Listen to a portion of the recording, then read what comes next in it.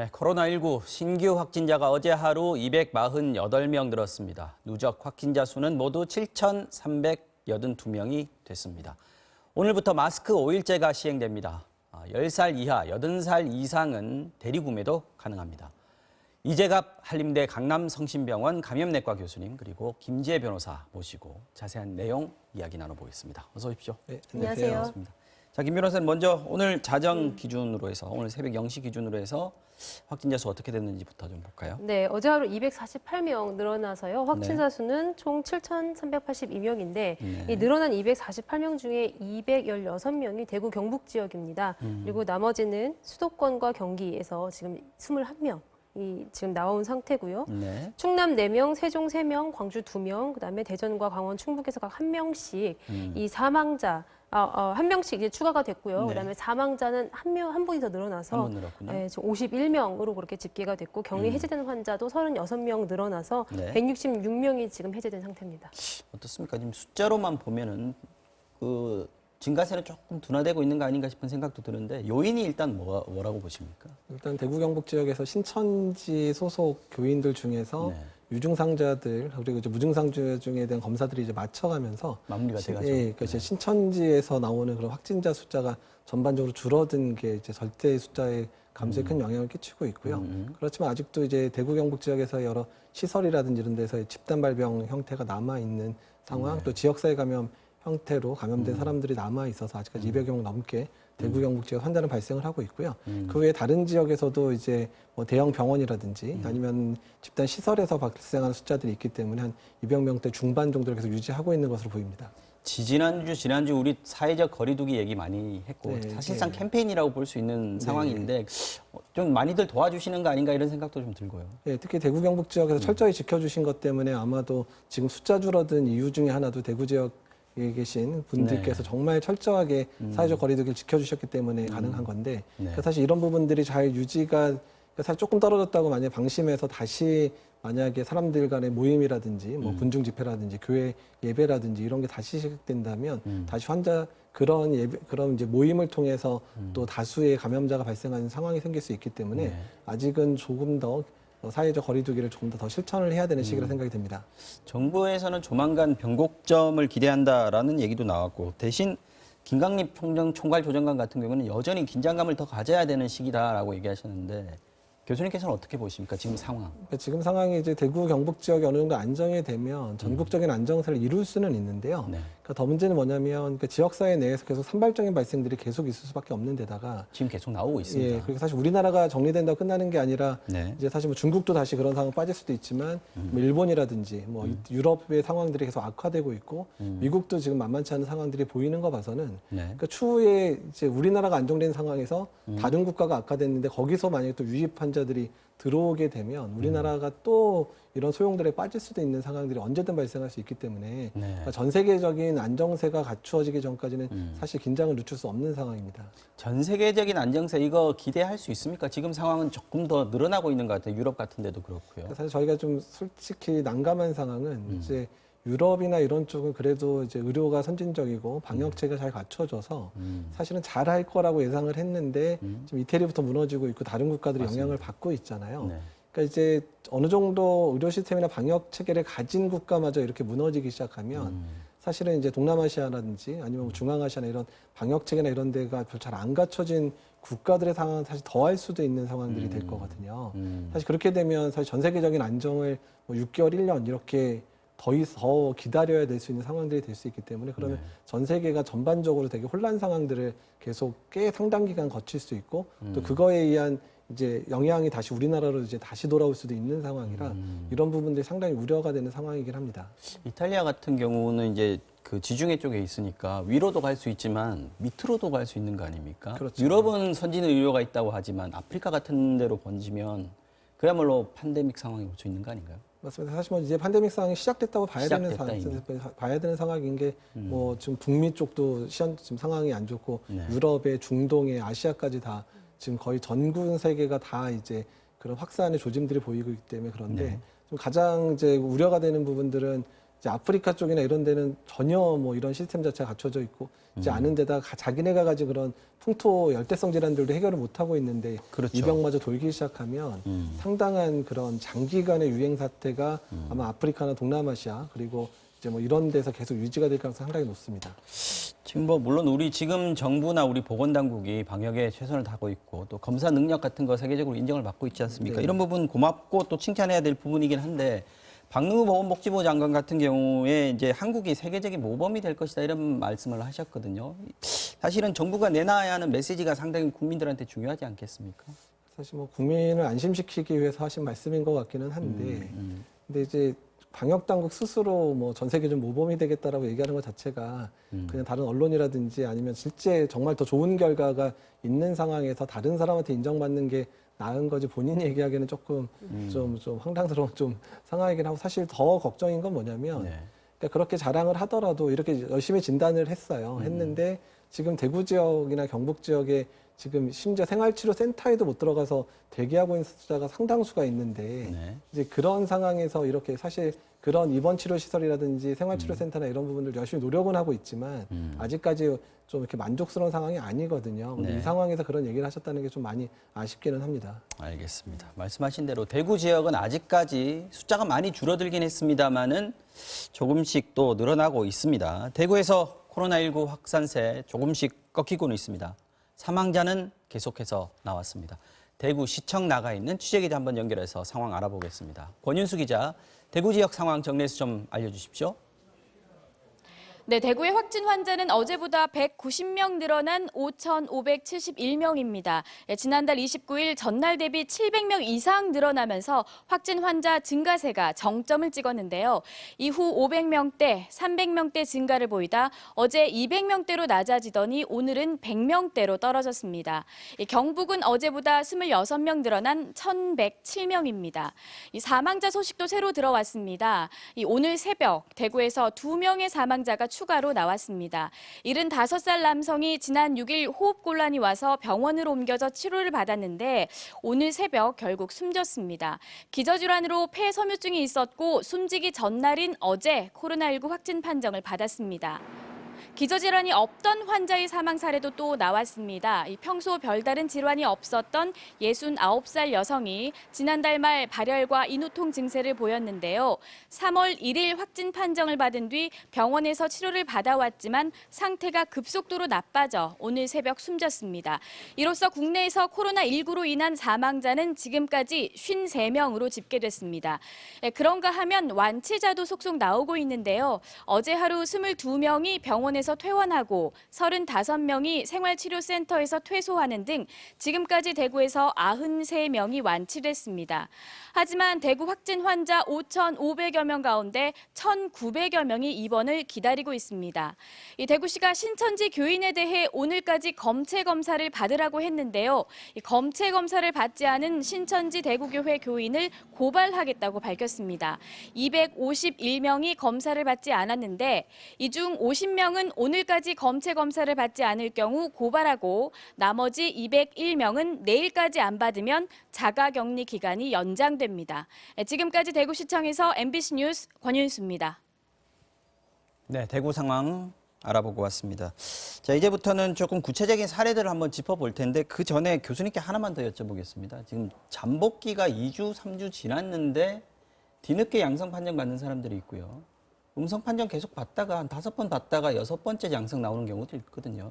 이거 어떻게 봐야 되는 건지 좀 궁금합니다. 그러니까 사실 여러 번 음성 나왔다가 양성 받은 분 같은 경우는 아마 그 대남병원 사례로 알고 있는데 네, 그렇죠. 대남병원 안에서 뒤늦게 확진된 분들이 몇 분 나와서 그분들에 의해서 노출돼서 뒤늦게 이제 확진이 될 만한 사례들이 좀 있을 수 있었습니다. 늦게 감염이 됐다 이렇게 예, 말합니다. 그렇죠. 예, 그래서 이제 다른 분한테도 이제 노출이 접촉이 됐거나 이래서 감염됐을 가능성을 높게 봐야 되는 상황이고요. 그다음에 네. 잠복기가 길게 나와서 했던 분들이 예전에 초기에도 한 분이 그런 적이 있었죠. 네, 지금 한 2번째인 것 예, 같은데. 두 번째인 것 같은데 이제 그런 경우는 이제 무증상 감염자의 가능성은 상당히 높습니다. 그러니까 이미 감염돼 있었다. 예, 감염돼 있어서 증상이 이제 가볍거나 이제 증상이 없어서 모르고 계시다가 검사를 했는데 양성이 나와서 또 그러다가 이제 그런 분들 대부분 금방 음성으로 또 바뀌기도 하거든요. 그러니까 그 얘기는 바이러스가 있긴 있었는데 워낙 미량이어서 네, 네. 검출되지 않았다로 예, 그럴 이해를 해야 그럴 된다는 가능성도 거죠? 있고 두 번째는 혹시라도 자가격리 기간 중에 다른 분과 접촉이 됐을 가능성. 그러니까 두 가지 가능성이 다 예, 있다고 저 보시면 자가격리 수칙을 잘 안 지키셔서 혹시라도 그 중에 다른 확진 환자 또는 다른 의심 환자 접촉했을 가능성도 조사를 해봐야 되는 상황입니다. 알겠습니다. 자, 말씀드린 대로 지금부터는 코로나19 사태 지금 변수가 되고 있는 상황들을 하나씩 좀 짚어보겠습니다. 오늘 오전에 기사가 들어왔는데 분당 서울대병원에서 확진자가 하나 나왔습니다. 지금까지는 한 명인 거죠? 예, 그렇습니다. 이 분당 서울대병원 그 통증센터 안내직 직원이 네. 바로 확진 판정을 받았다라는 것인데요. 이 직원은 6일까지 근무했고요. 7일, 네. 8일은 주말이라서 근무를 하지 않고 네. 이제 9일 오전 9시로 확진 판정을 받아서 스스로 병원 측에 알렸다고 하고요. 이제 그 이후에 여기에 이제 의료진 한 10명 안팎 정도가 근무를 하고 있는데 네. 이 병동이 폐쇄되고 그리고 또 외래 진료를 지금은 중단한 이제 그런 상황이라고 합니다. 이제 그런데 어쨌든 이 9개의 국가지정 음압 병상을 운영하고 있는 곳이어서 네, 뭐 차후 혹시 그런 환자 치료에 지장은 생기지 않을까 매우 우려되는 상황입니다. 지금 속보가 하나 들어왔는데 이 직원이 신천지 교인이라는 얘기가 지금 들어왔네요. 자, 좀 저희가 봐야 될 게 분당 서울대병원이 사실 이 사태 초기부터 격리 병상을 운영했던 곳이고 중증 환자들도 많이 갔었던 곳이거든요. 이렇게 직원이 물론 통증센터기는 합니다만 일부 병원이 좀 폐쇄된 상황이지 않습니까? 네. 환자들 치료에 좀 영향이 있지 않겠습니까? 어떻습니까? 근데 사실 이제 그 국가지정 음압격리병상 같은 경우는 네. 사실 외래라든지 입원 시설과 독립되게 유지가 되고 있어서 그쪽에 안심병원으로 돼 있나요? 예, 아니, 그러니까 그 원래 국가적인 격리병상 자체가 조금 독립된 공간에 독립된 동선을 가지고 환자들이 입원하는 통로고, 그다음에 네. 그 의료진이 이런 외래 간호사, 외래 이제 직원들하고 이제 접촉할 만한 상황들이 많지는 않을 거라 예상을 하고 있어서 아마 네. 일단 환자를 보는 자체에는 큰 영향을 주진 않을 것 같고요. 아마 동선이나 이런 게 확인돼야 되긴 하겠지만 주로 외래 영역에서만 좀 다녔던 것 같기 때문에 그렇게 이제 입원 시설이나 이런 거 영향 크게 주지 않지 않을까 정도 예상을 하고 있습니다.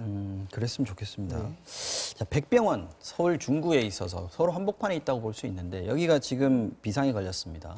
네, 그러니까 70대 여성 환자가 확진이 됐는데요. 네. 이제 문제는 이 환자가 사실은 대구에서 계속 거주를 하다가 지난달 29일 날 서울 마포구에 위치한 그 딸의 집으로 올라온 환자입니다. 네. 이제 그럼에도 불구하고 본인이 대구에서 원래 거주한다라는 사실을 숨긴 채 진료를 받았기 때문에 지금 문제가 되고 있는 것인데요. 원래는 어떤 구토 증상이라든지 복부 불편감 등 어떤 소화기 증상 때문에 이 백병원을 찾았다고 하고요. 네. 소화기 내과로 일단 방문을 했는데 이제 그 과정에서 계속 병원 안에서 대구 뭐 이런 이야기를 하니까 의료진이 재차 확인을 했다고 합니다. 혹시 네. 대구에서 거주하시는 분이냐라고. 이제 그렇지만 환자가 부인을 했다고 하고요.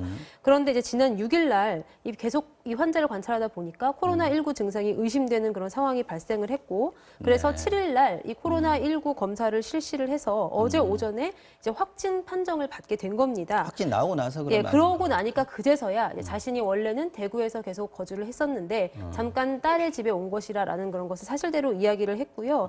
이제 그나마 다행스러운 점은 이 같은 병실에 입원했던 환자 2명은 진단 검사에서 지금 음성이 나온 그런 상황이고 나머지 접촉자들에 대한 검사는 진행 중이라고 합니다.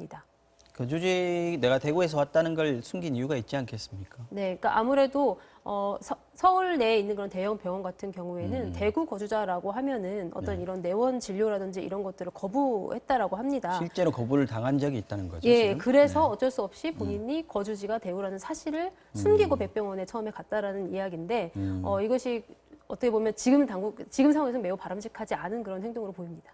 어쨌든 이분이 이제 결과적으로 민폐가 된 건 맞는 것 같은데 이 부분도 얘기는 해야 될 것 같아요. 대구 출신이라고 해서 병원 치료를 못 받으면 안 되는 거 아닙니까? 그건 맞습니다. 사실은 이제 대구나 경북 지역에서 정말 응급을 요하는 그런 상황이 발생한 분들도 생길 수 있는데 네. 만약에 그것 때문에 진료를 못 받게 되면 정말 생명을 잃을 수 있는 상황들도 발생할 수 있기 때문에 네. 의료기관들이 이제 그런 부분에 있어서는 좀 이제 대처할 수 있는 방법들을 좀 마련을 해놓으면 되긴 되거든요. 그러니까 만약 응급실 도착했었으면 일단은 뭐 음압격리실에 모셔놓고 이런 검사를 진행하면서 네. 이제 그 코로나 검사 진행하면서 이제 다른 응급 조치들을 할 수 있는 방법들도 있기 때문에 여러 가지 좀 대안적인 방법들을 모색을 해야 되는 게 맞고요. 사실 거짓말을 하면 안 되긴 안 되죠. 근데 네. 본인이 한번 진료 거부를 당하다 보니까 이러다가 자기 아픈데 도저히 도움 못 받겠다고 했기 때문에 거짓말을 한 거여서 좀 네. 안타깝기는 하지만 이제 그 병원도 잘했다고 얘기하는 못할 것 같고요. 그러니까 진료 거부한 병원. 그다음에 이분도 또 그것 때문에 또 거짓말을 해서 다른 병원에 또 피해를 주게 된 상황들도 이렇게 또 뭐라고 좋게 말할 수는 없는 부분 같긴 합니다. 교수님, 그러면 이런 경우에 네. 환자는 어떻게 하는 게 가장 모범적인 답안이고 또 처음에 갔을 때 거부했던 병원 있지 않습니까? 네. 이 병원은 어떻게 했어야 가장 모범적인 행동이 되었을까요? 그래서 대개 병원들이 이제 중증 증상이거나 응급 증상이 아니면, 네. 그러니까 아마 거부라기보다 어떻게 했을 거냐면 대구에서 오신 지 2주는 지난 다음에 내원하시라고 아마 얘기를 했을 가능성이 높습니다. 근데 이제 환자는 증상이 안 좋아지니까 2주까지 못 기다린 상황들이긴 하거든요. 그래서 네. 이런 경우라면 환자가 선별진료소나 이런 데를 방문해서 증상이 있는지 여부 확인하고 만약 증상이 조금이라도 있었으면 거의 선별진료 통해서 검사를 먼저 진행을 했었으면 사실 입원 전에 진단이 확진이 먼저 됐을 수도 있는 상황일 수도 있을 것 같거든요. 그래서 좀 그렇게 조금 선별진료소 통해서 조금 환자분의 이런 검사라든지 증상 확인을 먼저 해주셨었으면 어땠을까 생각이 좀 듭니다. 그러니까 병원에서도 이분이 대구에서 왔다 그러면 그냥 가시라고 지금 뭐 상황이 어떤지는 지금 아무도 네, 모릅니다만 모릅니다. 예. 선별진료소 가서 한번 검사 받아보세요라고 좀 안내를 좀 해줬으면 예, 그랬었으면 어땠을까? 좀 나았지 않았어. 그리고 또 확진도 일찍 되지 않아서 생각이 들거든요. 네. 사실 대구에서 그 집단 격리 조치가 내려진 문성병원 같은 경우에도 지금 확진자가 거짓말한 게 지금 문제가 되고 있지 않습니까? 예, 그렇습니다. 첫 번째 확진자는요, 바로 그 외부 주차 관리 직원이었는데요. 네. 본인이 신천지 교인이라는 사실을 숨겼습니다. 예, 그래서 나중에 그 교인 전체 명단을 입수한 다음에 대조를 하다 보니까 이제 뒤늦게 발견을 하게 된 것인데요. 이 직원 같은 경우에는 왜 슈퍼 전파가 일어났을 것으로 예상되었던 2월 16일 대구 교회 예배에 참석했던 것으로 그렇게 알려지고 있습니다. 그리고 확진 판정 전까지 사실은 이 그러니까 신천지 교인들은 그러니까 각자 좀 자가 격리 조치를 하도록 그렇게 되어 있는 지침이 있었는데 그런 그렇죠. 지침을 전혀 어기고 문성병원 11층에 이 문성교회가 있는데 같은 재단에서 예, 교회 그 재단에서 교회- 운영하는 병원 같아요. 예, 교회에 가면서 성가대 지휘자로 활동한 것이 또 뒤늦게 알려져서 이 굉장히 문성교회는 신천지 위장교회 이런 거 아닌 거죠? 예, 그런 신천지와 관련이 있는 네. 교회 같아 보이지는 않고요. 그냥 일반 교회인데 이제 신천지 교인이기도 한 이 확진자가 그 문성 교회에도 다녔던 것으로 보입니다. 예, 어쨌든 그래서 그 이후에요. 환자와 직원 뭐 9명이 지금 줄줄이 확진 판정을 받게 되고요. 지금은 또 다른 데로 이송을 간 3명의 환자까지 또 확진 판정 받게 됐고요. 그래서 결과적으로는 총 지금까지 21명인데 이 문성병과 관련이 있는 환자 한 107명 정도를 현재 전수 조사 중이라고 합니다. 이게 처음에 잘 대처를 했으면 이렇게 일이 많이 안 커졌을 수도 있겠다는 생각도 들던데요. 사실 이제 확진자가 처음 이제 직원 중에 나오든지 환자 중에 나오게 되면 일단은 이제 그 접촉자의 범위를 설정하기가 상당히 어렵잖아요. 그러니까 그러기 때문에 이럴 경우에 일단 스탠드 스틸이라 해서 일단은 가만히 있어라. 일단은 모든 직원들을 가만히 있게 하고 나서 이제 방역 당국이든 아니면 병원 내 이제 감염관리실 직원이든 간에 이제 확진자 접촉했던 사람들 다 구분을 해야 되고요. 네. 구분이 돼서 피해가 뭐 심하지 않다면야 뭐 외래라든 응급실 근무를 시작할 수 있지만 만약에 접촉자가 많아서 그 중에 확진자가 늘어날 수 있을 가능성이 높다면 이제 방역을 하는 그런 방역관이 이제 병원 자체를 폐쇄하거나 이런 식으로 했어야 되는 상황들이 발생할 수도 있었을 것 같거든요. 이제 그 부분이 초기에 이루어지지 않다 보니까 환자들이 섞이게 되고 이동하게 되고 이제 확진자들이 또 나오게 되니까 접촉자가 아주 과하게 이제 발생하는 상황들이 발생을 했고 그러면서 뒤늦게 어쩔 수 없이 병원문을 뒤늦게 닫게 되는 상황들이 발생을 해서 보통은 병원 내에 확진자가 발생하면 뭐 무조건 다 닫을 수 있는 건 아니긴 하지만 네. 어쨌든 접촉구의 범위가 확인될 때까지 일시적으로 좀 업무를 좀 중단하고 그 업무들을 먼저 잘 시행을 해야 되는 거거든요. 근데 그 초기 상황들이 좀 잘 통제가 안 된 것 같습니다. 사실 대부분의 병원들은 일단 확진자 나왔다 그러면 일단 스톱하는 게 많이 보였거든요. 예, 지금까지 그렇죠. 상황을 보면. 사실 그렇게 했었어야죠, 사실은. 예. 분당 재생병원 같은 경우는 어떻습니까? 지금 감염 경로가 아직 안 나왔거든요. 그렇게 되면 계속해서 이게 문 닫고 있어야 되는 상황이에요. 그러니까 이제 근데 어쨌든 환자들 2분이 입원하면서 그 환자들로 인해서 네. 이제 의료 인력이 감염되고 의료 인력이 같이 밥 먹은 다른 의료 인력이 감염된다든지 이런 식으로 병원 내에 어느 정도의 그 전파 상황 자체는 어느 정도 해결이 됐습니다. 이 2분이 어디서 올린지는 처음 그 암 앓으시는 두 분이 그렇죠. 어디서 걸린지는 확인이 안 됐지만 그래서 일단 병원 내에 이제 방역관과 이제 시 또 경기도에서 나와서 병원 자체 접촉자나 이런 것들이 관리들을 하고 있고 역학조사 통해서 이제 그 접촉자들을 1인 격리한다 이런 업무들이 진행이 되고 있는 걸 보면서 제가 지난주 일요일 날 사실 분당재생병원 가봤었는데요. 아, 그래요? 그래서 초반에 조금 이제 좀 너무 정신이 없다 보니까 어수선하긴 하더라고요. 근데 어느 정도 아마 지금쯤은 어느 정도 정리가 되지 않았을까 생각은 좀 듭니다. 알겠습니다. 자, 이번에는 충북 괴산 상황 한번 보겠습니다. 이 한 마을에 주민 전체가 지금 격리가 돼 있다라고 얘기하는데 마을에서 무슨 일이 있었다는 겁니까? 이게? 예, 지난 4일 그 오가리 오가 마을에서 처음에 이제 83세 오가 여성 마을이요? 김모 씨가 네. 먼저 처음 코로나19 확진 판정을 받습니다. 이제 이분이 고혈압의 기저질환이 있기는 한데 그 중앙대증병원 격리병상에서 잠시만요, 변호사님. 죄송합니다. 지금 중앙방역대책본부 정은경 본부장 브리핑 지금 시작하니까요. 이거 듣고 코로나 다시 바이러스 말씀 감염증 이어나가겠습니다. 19 국내 발생 현황에 대해서 말씀드리겠습니다. 3월 9일 0시를 기준으로 총 누적 확진 환자 수는 어제 248명이 증가하여 7,382명입니다. 이 중에 격리 해제자는 어제 36명이 증가하여 166명이 격리 해제되었습니다. 사망자는 어제 한 분이 추가로 사망하셔서 51명이 사망하신 상황입니다. 지역별 통계를 보시면 아직까지는 대구와 경북의 환자 수가 90%를 차지하고 있는 상황입니다. 어제는 서울 지역이 10명, 경기 지역이 11명 증가가 있었습니다. 역학조사가 계속 진행 중에 있습니다. 현재 전국적으로 79.7% 정도는 집단 발생과의 연관성이 확인된 사례입니다. 이 중에서도 62.5%는 신천지하고 관련된 그런 집단 유행으로 판단하고 있습니다. 나머지 20.3%는 조사가 진행 중이거나 분류가 진행 중인 그런 사례입니다. 현재 대구 경북 지역에서는 신천지 신도 대상 조사가 마무리 단계에 이르면서 증가 추세가 다소 둔화하고는 있으나 여전히 의료기관, 사회복지시설 등을 중심으로 하는 추가 전파가 확인되고 있는 상황입니다. 이에 따라서 지자체는 의료기관, 사회복지시설 등과의 비상연락 체계를 계속 유지 점검하고 상황 발생 시 신속한 역학조사와 방역조치를 통해 추가 확산을 최소화해 주실 것을 당부드립니다. 아울러 서울, 경기 지역 등을 중심으로 소폭이지만 증가 추세가 확인되고 있어 예의주시하고 있습니다. 이들 지역은 주로 확진자의 접촉자를 중심으로 소규모 유행이 산발적으로 나타나고 있고 역학조사 및 방역 조치를 강화하며 추가 전파를 막기 위한 노력이 진행 중입니다. 이러한 소규모 사례가 고위험군이 많이 있는 의료기관, 특히 기저질환자들이 다수 입원해 있는 의료기관과 고령의 어르신이 다수 계시는 사회복지, 생활시설이나 아니면 닫힌 공간 내에서 밀접한 접촉이 일어나는 종교시설이나 다중이용시설 등으로 유입되지 않도록 철저히 관리를 하는 것이 중요한 상황입니다. 각 지자체들을 중심으로 긴장을 늦추지 말 것을 당부드립니다. 대표적인 그 집단 발병의 사례입니다. 의료기관은 서울 은평병원 등을 중심으로 해서 최근에 경기도 분당재생병원, 경남의 한마음창원병원 등 같은 그런 사례가 있었습니다. 일부는 이제 유행이 종료된 사례도 있지만 최근 들어 새롭게 병원 내 감염이 많이 보고되고 있는 상황입니다.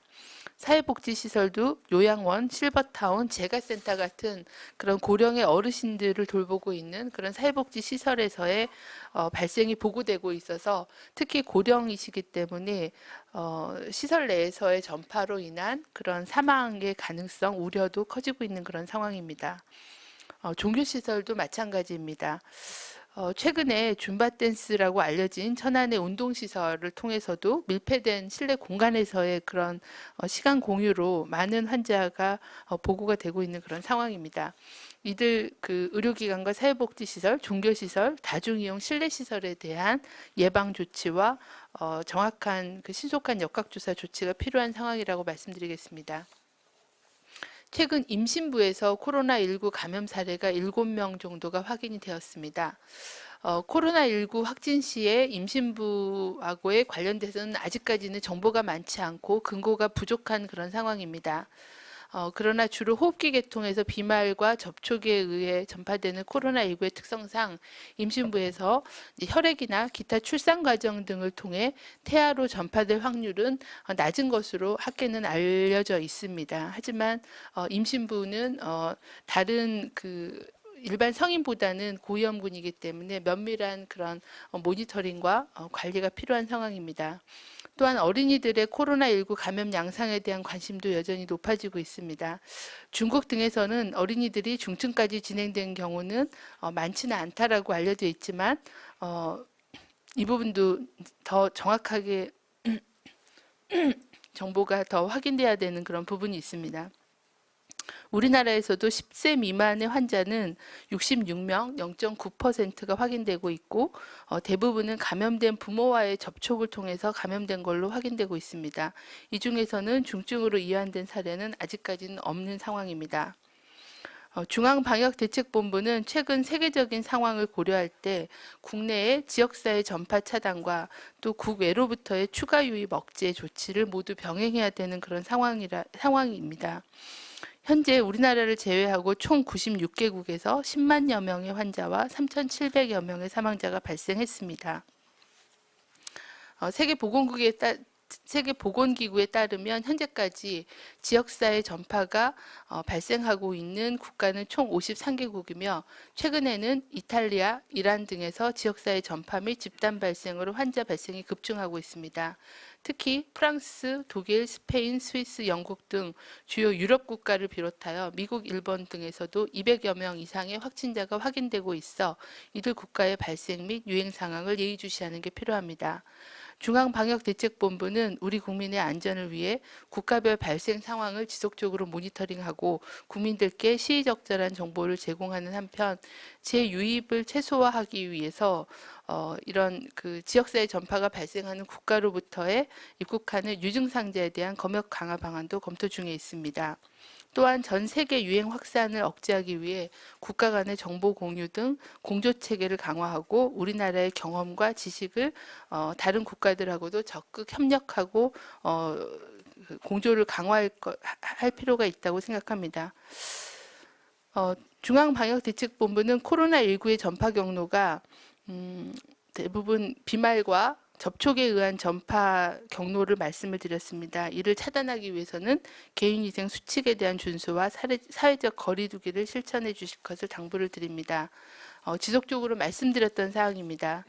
대표적인 그 전파 경로가 비말, 침방울로 인한 전파를 방지하기 위해서는 마주보고 대화할 때는 2m 정도의 거리를 두기, 기침할 때는 옷소매로 입과 코를 가리기 하는 기본적인 예방 수칙을 지키는 게 중요합니다. 또한 노출 표면의 접촉을 통한 전파를 방지하기 위해서는 손 씻기, 그리고 씻지 않은 손으로 눈, 코, 입 만지지 않기, 그리고 생활 공간에서 자주 노출되는 그런 표면을 깨끗하게 닦기 등의 실천을 당부를 드립니다. 이상입니다. 예, 질의응답 갖도록 하겠습니다. 지역별로 세 분. 네, 정은경 본부장의 브리핑 들어봤습니다. 아까 하던 얘기 하기 전에 네. 오늘 브리핑에서 나온 얘기 잠깐만 좀 해보겠습니다. 네. 임신부 얘기가 좀 눈에 띄었는데 네. 7명, 지금 대구 지역 아마 얘기하는 것 같습니다. 네. 대구 지역에서 지금 임신부 7명이 있었고 한 분은 출산을 이미 했습니다. 아이는 음성이 나왔어요. 네. 수직 감염은 아직까지 우리 안 해도 된다 이렇게 보면 됩니다. 지금 코로나19에서 수직 감염 자체가 일어난 사례는 중국이나 이제 사례들이 있는데 아직까지 밝혀진 적은 없고요. 네. 다른 코로나 바이러스 감염에서도 아직까지 수직 감염이 명확하게 보였던 적은 있지는 않습니다. 뭐 제왕절개보다는 자연분만이 낫다 이런 것도 있습니다. 그러진 않습니다. 근데 대개 환자들이 제왕절개를 더 선호했는데 왜냐하면 그러니까 이제 자연분만을 하다 보면 산도를 통해서 아이가 나오는 시간이 길어지는데 엄마가 확진된 상태면 호흡기 전파가 가능하니까 되도록 제왕절개를 해서 빠른 시간 내에 아이를 이제 격리하는 그러니까 보호격리죠. 보호격리하는 형태로 하기 때문에 대부분은 제왕절개를 선택해서 시행을 했습니다. 임신부 같은 경우에도 바이러스에 걸리면 치료를 받아야 되지 않습니까? 항바이러스제 투여하는 거는 문제가 없습니까? 항바이러스 중에서 임산부에서 사용이 가능한 약제를 선택해서 아마 투여를 해야 될 것 같고요. 지금 그렇게 하고 있는 아마 건가요? 지금 약제 중에서 아마 제가 알기로는 약제 중에 한 가지는 아마 힘든 거로 알고 있고요. 한 가지는 아마 가능한 거로 알고 있거든요. 그래서 아마 그거는 이제 그 담당하는 의사 선생님이 고민해서 아마 처방을 해야 될 것 같은데 다행히 지금 임산부 중에서는 중증 환자는 아직 없는 걸로 알려져 있기는 합니다. 다행이기는 한데 일단은 임산부의 이제 건강 상태, 그다음에 증상 악화 상태에 따라서 투약 여부를 결정을 하게 될 것 같기는 합니다.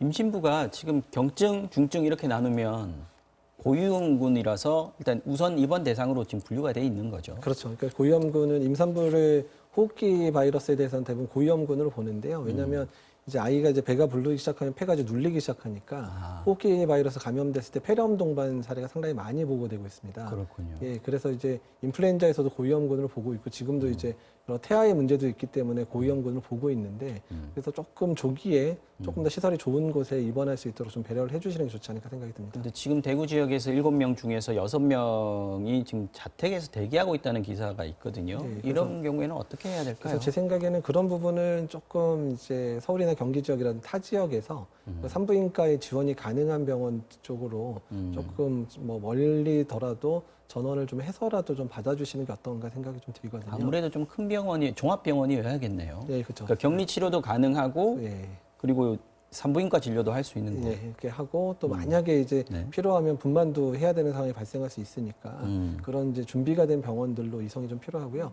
그래서 이제 그 특수한 상황에 놓인 그런 환자분들에 대한 배려들이 필요합니다. 그러니까 대남병원처럼 정신질환을 앓는 이제 확진 환자들을 위한 그런 것들을 이제 국립정신센터에서 도와주고 있는 것처럼 네.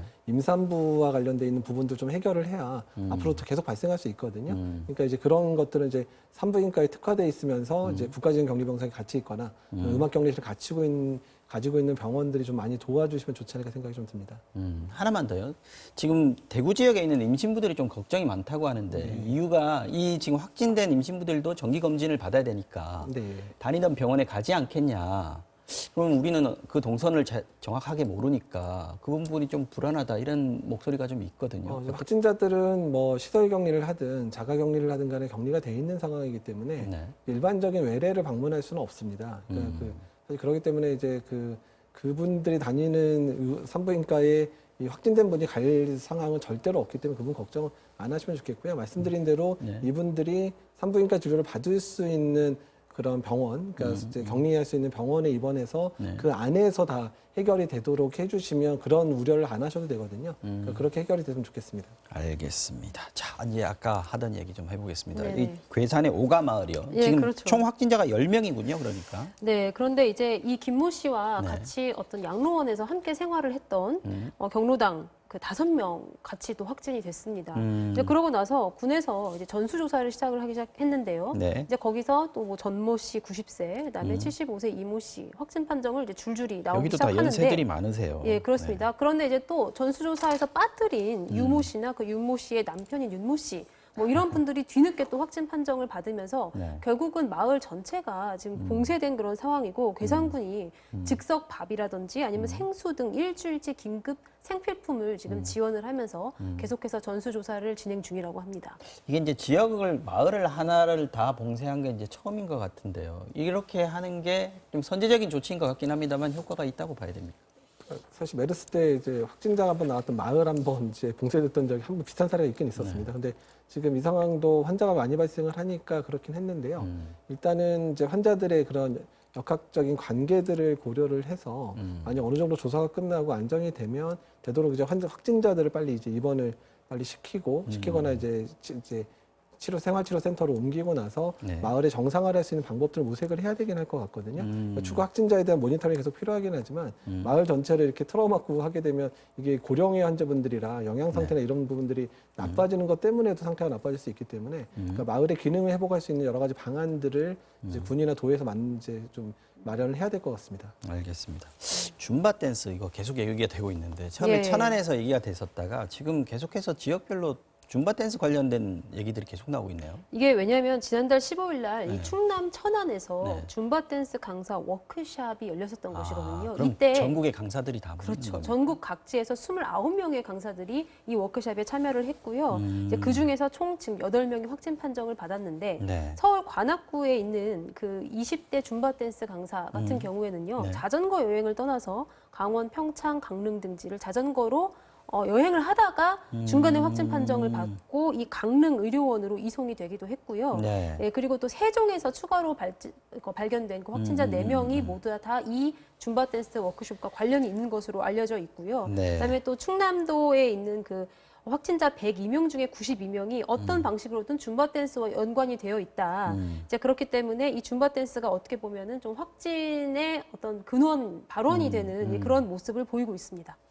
지금 교수님 이 추세가 보면요. 처음에 이제 초기에 한 40명 정도까지 좀 늘었다가 잠잠하다가 신천지 때문에 네. 확 늘지 않았습니까? 네, 그렇죠. 지금 조금 줄어드는 추세인데 또 세 번째 어떤 이런 표현이 좀 그렇습니다. 좀 폭발적인 증가세 이런 것들이 일어나는 우려들 전문가들이 혹시 하고 있습니까? 그러니까 이제 제일 걱정하는 부분들이요. 그러니까 네. 이제 지역사회 내에서 이런 이제 소규모 집단 발병 상황들이 네.